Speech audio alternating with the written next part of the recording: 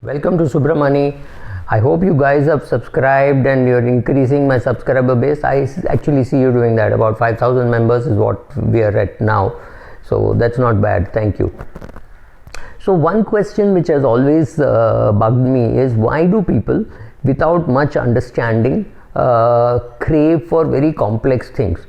If you go on to Twitter, you will see people asking such complex questions. What is the impact of the SEBI circular? No, the question won't be as simple. The question will be, now that there is going to be a jump in the small cap index, is it time to buy? Because they've assumed that there is one circular from SEBI which they have read and understood and interpreted, and they know that the small cap market is going to boom.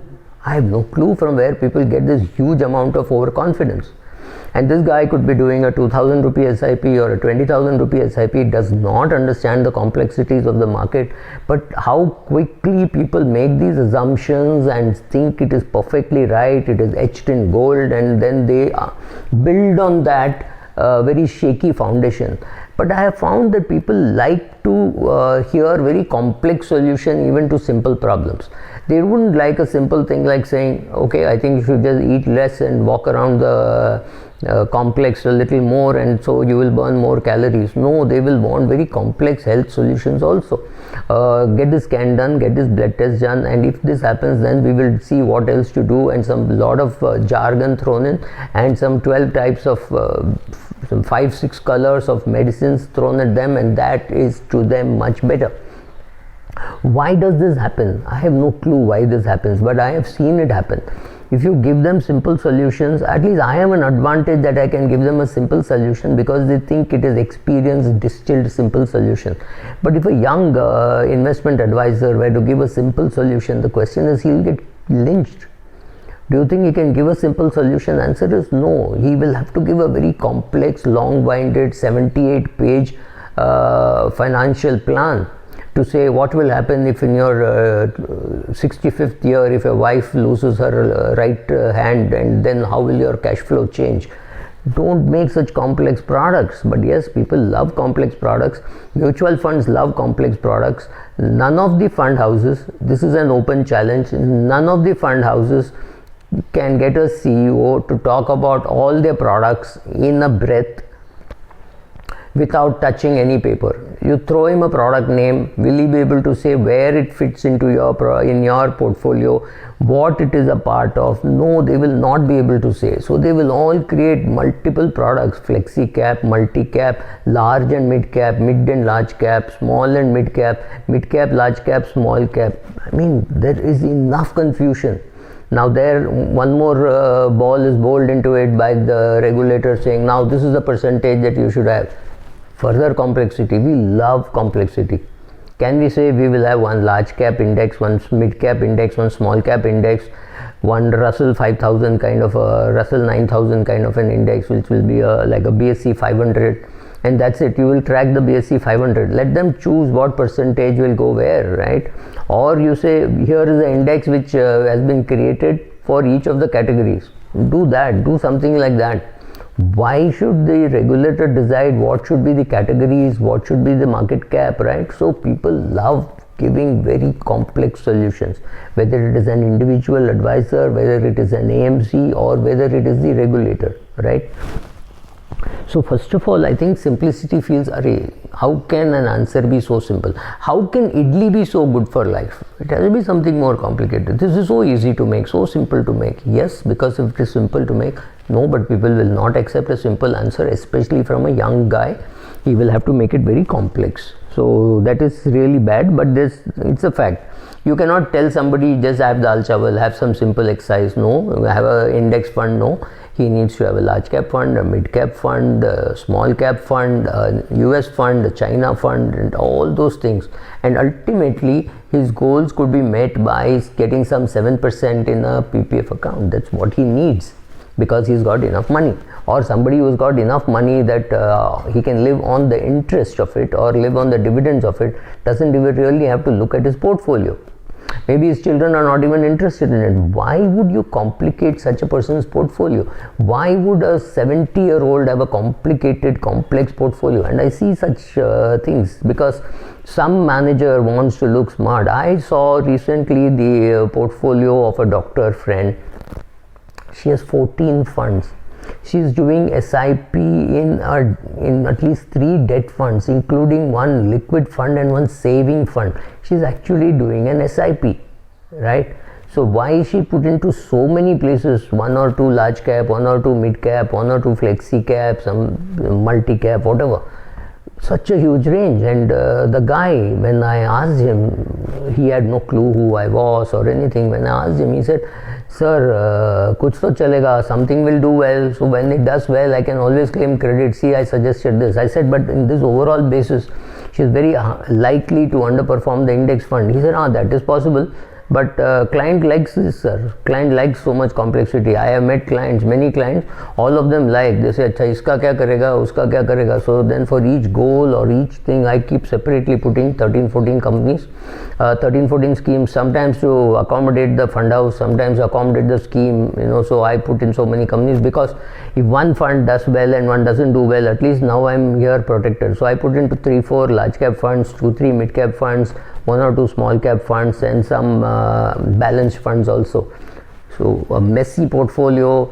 And when somebody comes to me after that mess has been made, I'm very loath to correct it. So I just left it as it is. Though doctors and all come and ask me, "Is this a good portfolio?" My answer is yuck. But you should have come to me before you created this mess, right? Also, I have seen financial planners give long portfolios because they believe if they are charging 35,000 for a portfolio, they have to give a long portfolio. I don't know how many of these portfolio or financial planning reports are really read. People, when they come to me and they tell me that they need a longish report, I suggest that they go somewhere where they can pay 75,000 rupees for a report which they will not even read, right? So I prefer giving them simple small summary saying, look, your kids are grown up, they're settled, you don't need to take any risk. So largely all this can go into government securities kind of thing, so let this go into debt. A small amount, I mean, whatever you have in equity remains in equity, and your direct stocks which you buy, so that will give you enough dividend. So that's enough. You don't need to complex matters like what will happen when there is cash flow problem and this and that. Talk to him, yes, but long reports, I don't know how many of them get read. I still remember I used to make research reports for a foreign bank, and it used to run into 8 pages, and the 9th page was technical saying when to buy. So the head of the investment banking business would say, "Subra, the shortest report that I want is yes or no. That's all. Just tell me I am going to do this underwriting. So next 30 days will the prices sustain, and in case I have to sell, will there be availability of the market? Will there be enough depth for me to sell? I don't need to know anything beyond that.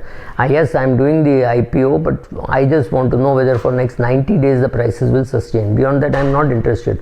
So he would like, my 8-page report will have to become a 2-line report for him. It wouldn't matter.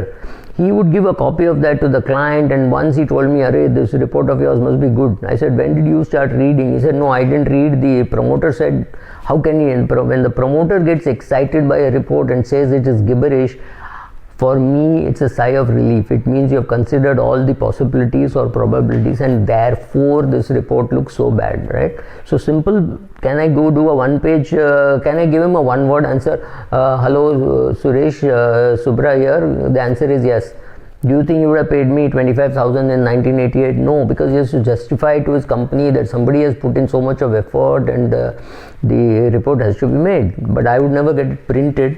They would get it printed themselves, because I thought that was an extra expense. But then, so longish reports feel that you have taken all the trouble to search for factors, but really Ramayana लिखने का कोई मतलब नहीं है. And then you have to use a lot of jargon, like saying, I use forwards, I use contracts, I use put options, I use call options, and I use interest rate swaps, and since ZCBs are not available, this is the way to invest, and things like that. When you jargonize and you put all this, then people are loath to admit in the crowd that they didn't read or that they didn't understand. So they would say, yes, it's a good report. They would be very scared that if it were questioned, if they were asked, well, what does this mean? They would be very embarrassed. So they will not admit that they have not read it. They will just keep quiet in the meeting, and they will say, yes, we should launch this product. right? So I've seen these companies where investments are made. The other advantage of complexity is it makes you very sure that you bought something which is very high sounding. So I met one girl from a foreign bank. You will find out which is the bank very easily.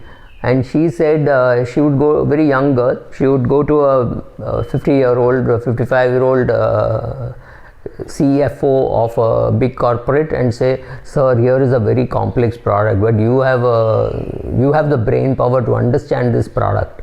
That's it. After that, he wouldn't ask questions about the product because he thought it was insulting that a brilliant man like him could even ask any questions. So he would not ask, and she did not have an answer, right? So complexity creates an aura of saying, oh, it is using put options, it is using call, it is doing forwards, it is doing all this. Madoff had exactly the same product. Anugrah stockbroking did exactly that. People who had lent their stocks had no clue what was happening with it. They didn't know that it was being used as a margin or anything. They were very happy that they were getting 12% per annum. Give me a break. If somebody tells you he'll take your stocks and your money and your units of mutual funds and give you 1% per month uninterrupted, and you think it has got no risk, something is wrong with you, especially if you're a banker or a person in the financial service space, right? But complexity means when there is a complex product, there is it's got sex appeal, right? So you can't help it. Yeah, thank you, I'm done.